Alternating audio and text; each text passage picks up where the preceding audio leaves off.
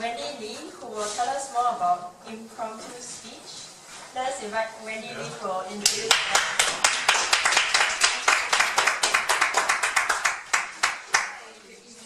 So impromptu speaking is basically speaking without a prompt, without knowing what you are going to talk about. And so for today, I have a bag of questions randomly chosen by me.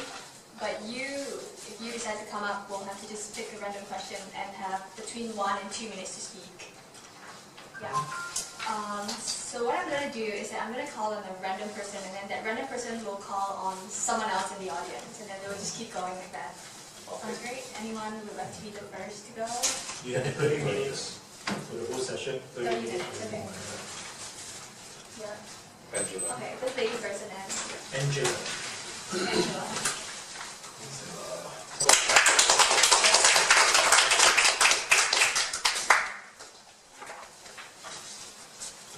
Why I love Fernando? They can all guess. What do people think about your birthplace that isn't true? People think that it rains all the time in London. That's true. But they haven't been to Singapore, most of them. And those who have been to Singapore unjustly think that England has more rain. I think both have rain, but in both cases, if you wait, the rain will go away. The difference is that in Singapore it's so hot that you're very glad when it rains, it cools you down. In England you're not so pleased and you usually forget to carry an umbrella.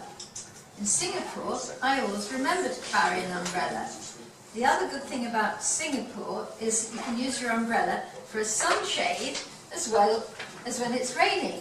So just put it up and nobody will think you're silly. Whereas in London, if you put your umbrella up in the sun, they would think you were slightly mad. So people think it rains in England. In fact, it rains everywhere.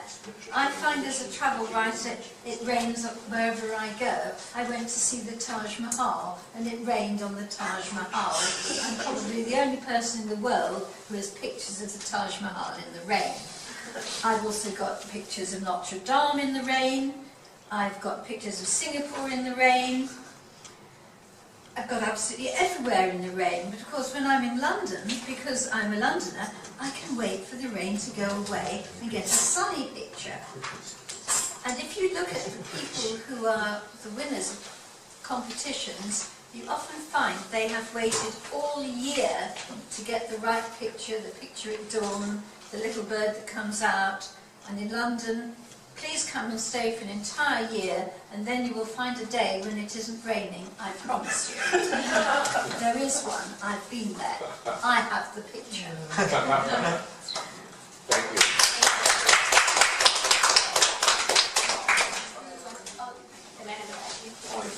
Yeah, the man at the back, the big man. What is your name? Marshall. Marshall. Finally, you need a tall, dark, handsome man. Single. Me too. This is my stage today. Okay, the question is, if you had to gain 10 pounds, what would you eat to gain the weight? If I had to gain 10 pounds, what would I eat to gain the weight? Well, I would eat some of my favorite foods, but my favorite Singapore foods. In fact, I did gain 10 pounds when I first came to Singapore. When I first came to Singapore, I fell in love with one breakfast dish, nasi lemak. Oh, yeah. And because I'm an American, I found the portions were too small. So every morning I would buy maybe 2 or 3 nasi lemak portions. And one day someone said to me, Marshall, why are you eating nasi lemak every day in such quantities? I said, because I like it. They said, do you know that nasi lemak is fattening? It's coconut rice? From that point on, I stopped eating nasi lemak. It was hard for me because I loved it so much. I loved the rice, the sweetness, the fish. Oh, by the way, I like the traditional nasi lemak. I don't like the chicken one. I think that the chicken one is a perpetration. I like the one with the crispy fish and Yeah, me too. he can go to sleep. He can go to Bees. sleep. So I like that the most. So that's one of the things that I had to eat, but if I had to gain 10 pounds, it would definitely be that. So what's the second thing I would eat? Well, it's another Singaporean dish. Pepper crab. Pepper crab. I know a lot of people here like chili crab, and most people like chili crab, except when I had my first chili crab in Singapore, the chili was sweet, and I was like, well, how does chili become sweet? I'm from the Americas, and my parents are from the South, and chili is hot, not sweet. So I went for the pepper crab, because it's a little bit spicier for me. So those are the two dishes I would eat in order to gain 10 pounds.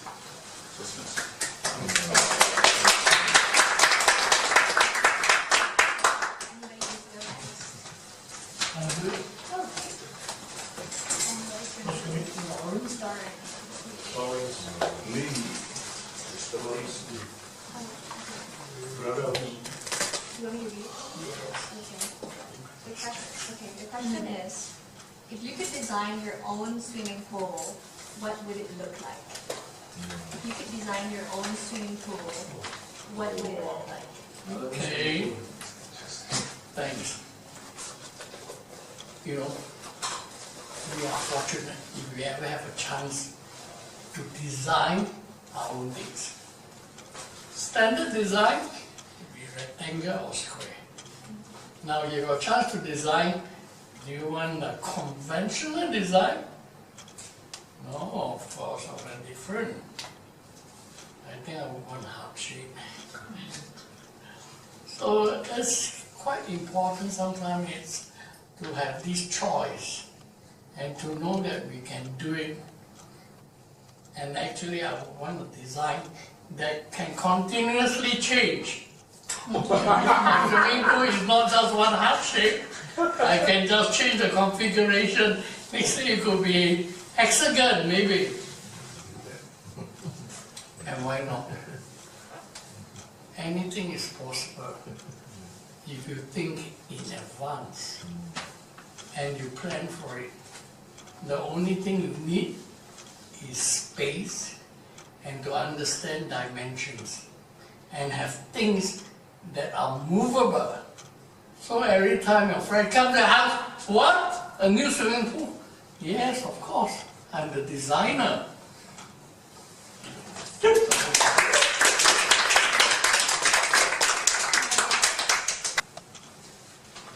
If your pet could answer any question, what would you ask? Okay. So, at 5:15 in the morning, I get up on school days to drive my daughters to school. 5:15. At 12 minutes past 5, my two white cats scratch on the door. Because they know I feed them at 5:15 every morning. But when the September holiday comes, after 2 days, they start scratching at 6:30 a.m. because that's when I'm getting up and will feed them. So the cats are so clever. They know that they adapt. They know that I'm getting up later. So if I was able to talk to my cats, which I actually do an awful lot, don't tell anyone. If I was able to ask my cats a question, I would ask them, how do they know that it's the school holidays after they belong to the Ministry of Education?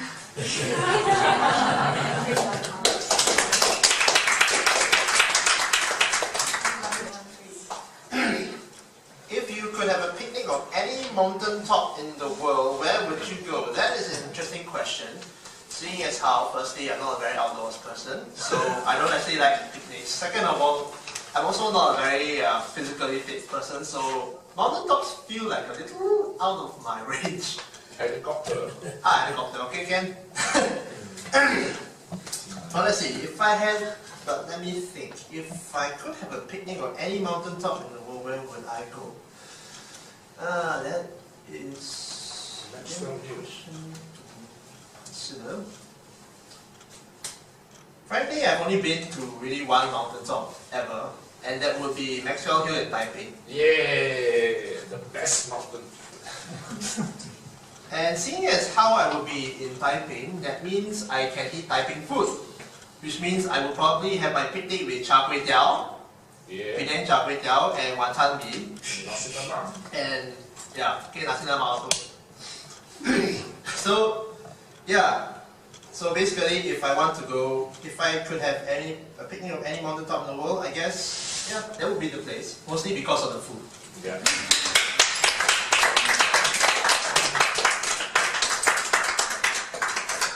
Any volunteers?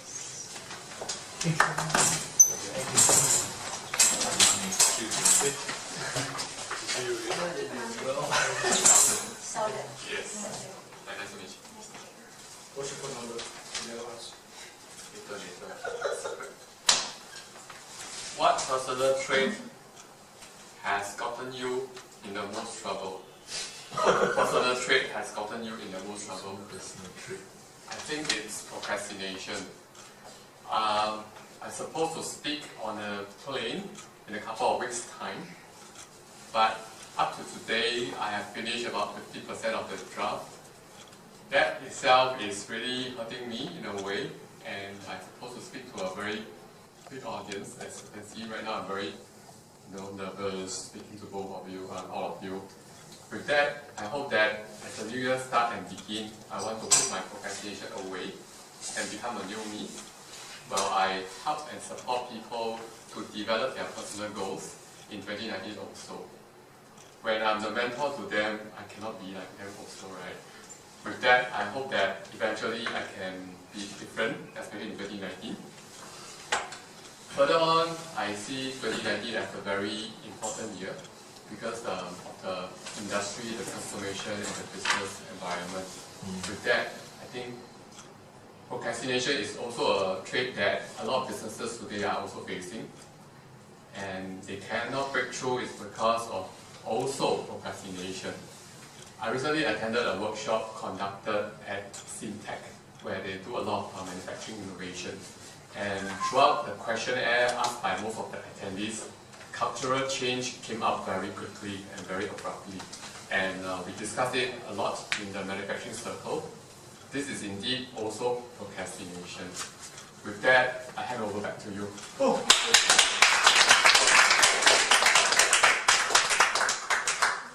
You didn't procrastinate this time.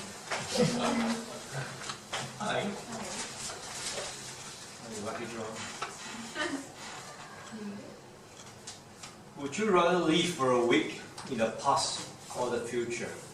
Would you rather live for a week in the past or for the future? This is 2019. The past is already gone. Forget about 2018. And I believe in living the future. Why the future? The future is not going to be very certain. You agree with me? 2019 is going to be a lot of uncertainty, right from our pocket and to technology. The pocket in the sense that many of us are going to be jobless. Let only me frighten you, because a lot of retrenchment is going on. Companies are trimming, and the economies are not growing healthy. The technologies is replacing human resources, and many of us will be soon replaced. You find that it's frightening. When I was in the States just a couple of years ago, can you imagine the technology of robot? You know how many people they just engaged? It's a big, huge company. It's less than 100 people. And it's supposed to be 1,000 people that have been working in that company before.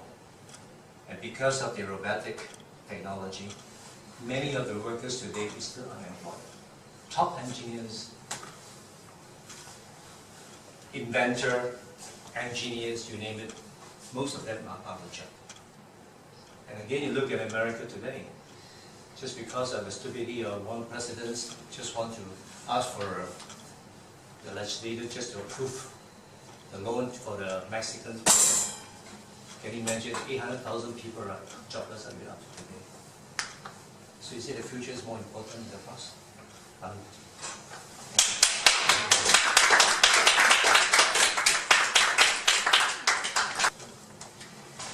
What would be a really good flavor for toothpaste? Well, that's interesting. I can only remember mint ever in my toothpaste actually. What would I like to? Probably a chocolatey toothpaste would be good. Because chocolate happens to be my favorite cake, favorite flavor. And growing up it has always been vanilla. And one of my uncles would tell me, try a different flavor, and for the longest time I refused. And then slowly the first flavor to try was chocolate, and I think I would enjoy trying that in my toothpaste. And it would be like a little piece of cake early in the morning when I brush my teeth. I look forward to that, and it won't be a tad too late to introduce toothpaste that has chocolatey flavor in this time, I guess. Thank you.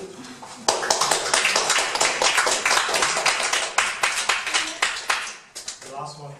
Yeah, so we have time for one last speaker. Anybody want to speak a question? Chris. Yeah. You want Totally.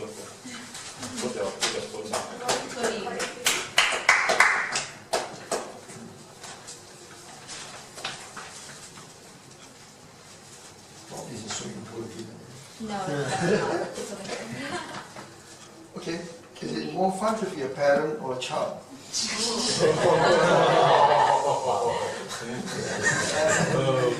I think being a child is more fun because you can do anything you like. At the end of the day, it's the parents will bear responsibility for you. So right now, as a parent, I can find that that's a good thing because you don't have to worry about anything. And get away with anything. So, and of course, being a child, you always have what you call unlimited financial finance behind you. So you can do anything you like.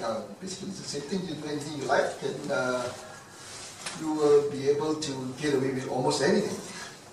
And being a child, you'll be forgiven for whatever deed that you have done. And of course, you can take a stone and throw it at the window at somebody's house and say, "Oh, sorry, I didn't mean to do that." Okay.